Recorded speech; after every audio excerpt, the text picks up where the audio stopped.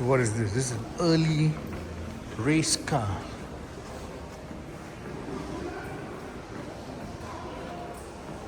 Imagine the fumes coming out of this. Imagine the horsepower.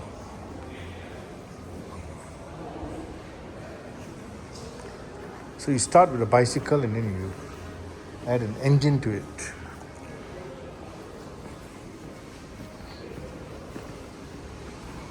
Then you build more of them, different variants. MV Augusta.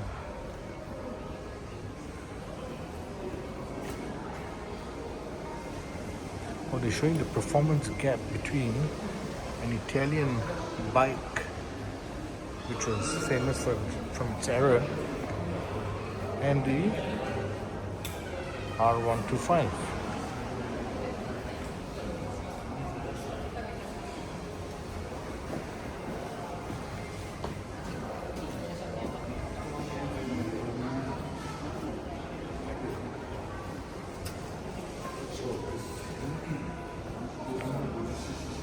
Sports 360. This is a really tiny car.